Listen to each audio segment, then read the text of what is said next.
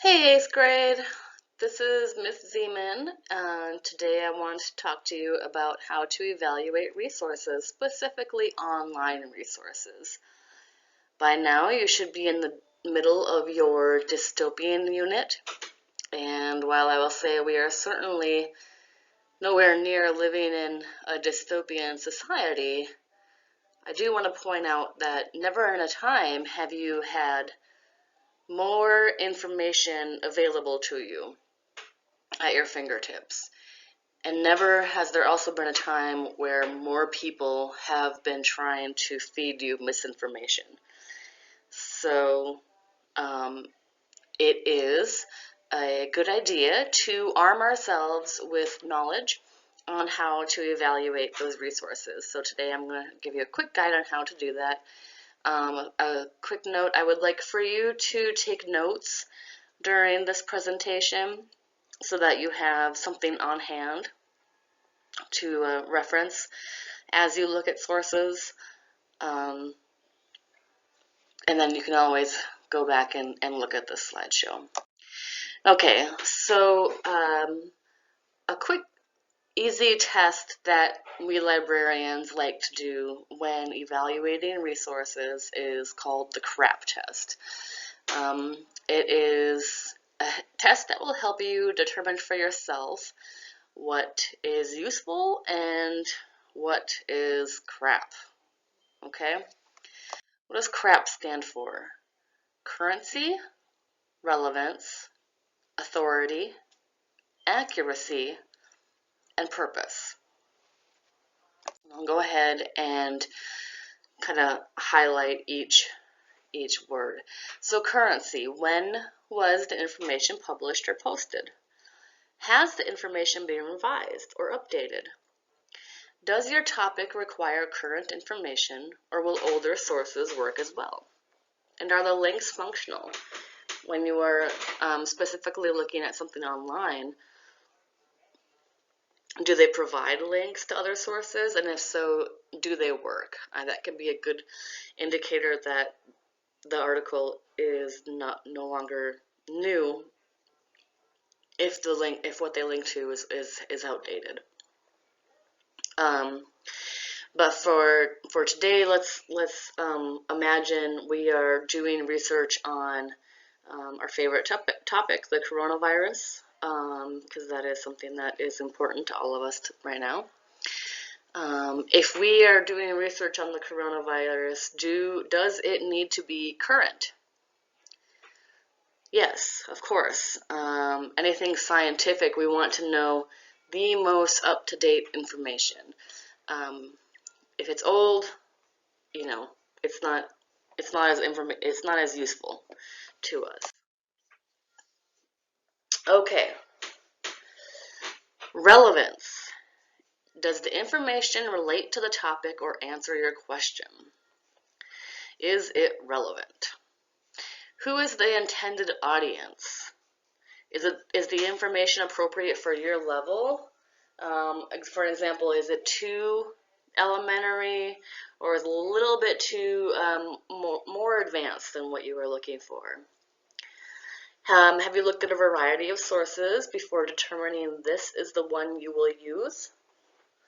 And would you be comfortable citing the source in your research paper? We talked a little bit about citations in your last methodological unit, and you will certainly hear me talk more about that once you're in high school. But for now, I think what you need to know is this something that you think would be appropriate if you were writing a research paper? Okay. Does it relate to what you are learning about? So for our example of the coronavirus, is the information that you're reading, does it have to do with the coronavirus, or does it have to do with the flu? Does it have to do with the coronavirus, or does it have to do with the cold? Again, is it relevant to the information that you need? The authority. Okay, so who is the author, the publisher, or the source? Who wrote it? Are they Do they have credentials? Are they an expert in that field? Are they qualified to write on that topic? These are all things that you need to be asking as a student when you're reading. Is there contact information, such as the publisher or email address? Oftentimes you'll find, especially when you're reading news sources, that the journalist underneath their name will have a link to their bio. Their bio at that point will tell you what else they've worked on, what their expertise is in, how long they've been in their field, just to give you an idea of, you know, I have credentials. And then the easiest thing that you can do is, let me see if I can underline this, check out the URL, okay? Does it end with .com, .edu, .gov, .org, .net?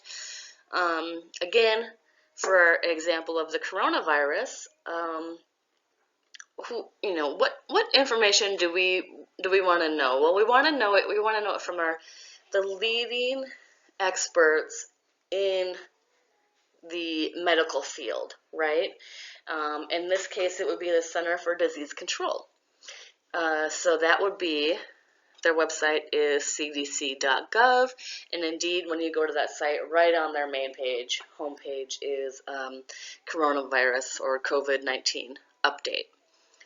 And then we know that it's reliable because it has that .gov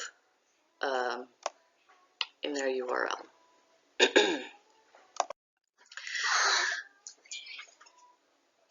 Wherever you want. Okay, so the next A is for accuracy. Now, I think this one is going to be the most difficult for you as a student to determine, but I'm going to give you some hints, or not hints, but tools that you can use to evaluate the accuracy of the article. So we want to know, where does the information come from? Does it come from one of the experts that we talked about in the last slide, or is it coming from, who's it coming from? Is the information supported by evidence? Oftentimes, remember we talked about how information in an article, they might have links, and if the links work, it's current. But we also want to know, do the links go to experts? Do the links go to other articles on that, or are they just linking to someone's Facebook page? Has the information been reviewed? Can you verify any of the information in another source from personal knowledge? Does the language or tone seem unbiased? This is something I know you're familiar with as an 8th grader, is their bias in their language. Can you tell they have, is their purpose for writing their article to inform you, or is it to persuade you? You need to determine that. Okay. And then finally we get to purpose. This is kind of taking from authority. Again, what is the purpose of the information? Is it to inform? Is it to teach? Is it to sell you something? Is it to entertain you, or is it to persuade you?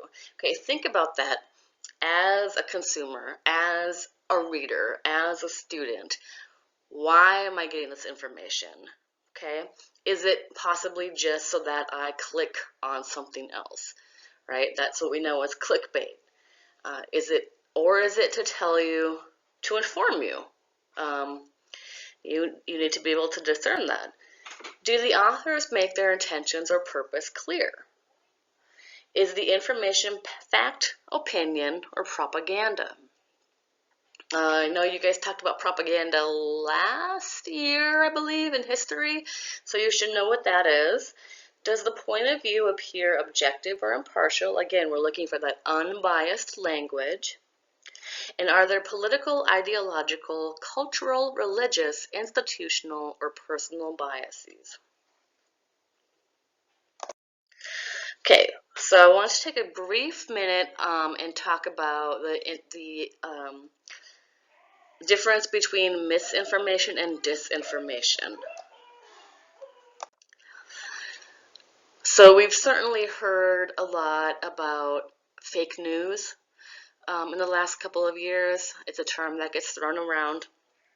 a lot. And so we wanted to say, well, what exactly is fake news even anymore? So let's just maybe kind of forget about that term and think about this as misinformation and disinformation. Okay, misinformation is when information is given inaccurate information is given unintentionally. So an example might be if you were to ask me where to find the library from the middle school, and I tell you that after the front office you take a right. And that might be because, let's just say that day my brain wasn't working and I gave you the wrong direction. Well, that's misinformation.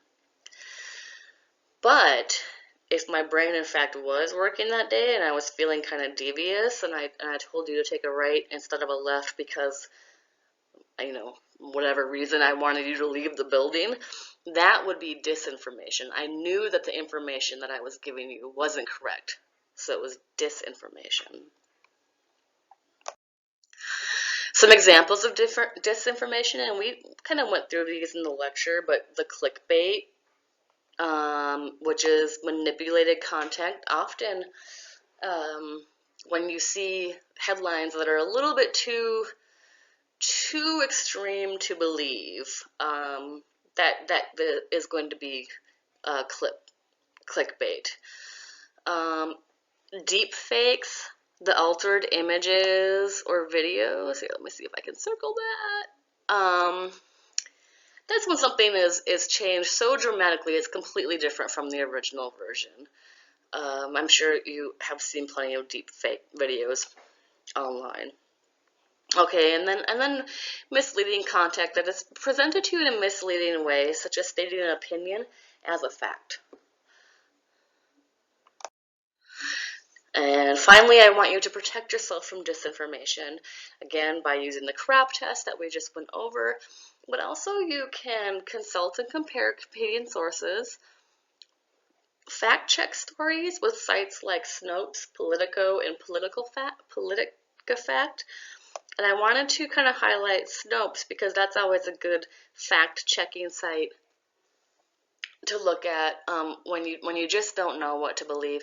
And I did go on it today, and they are updating daily on stories related to the coronavirus and whether or not it is or is not true. Okay, and then in addition to that, I want you to dig deeper. Don't believe everything that you read. Okay, dig deeper. Thinking about what it is that you're reading. Be open-minded. Ask questions. And that's all. Okay, so I hope you are being safe. I hope you are being healthy, and I hope to see you soon. Okay, bye-bye.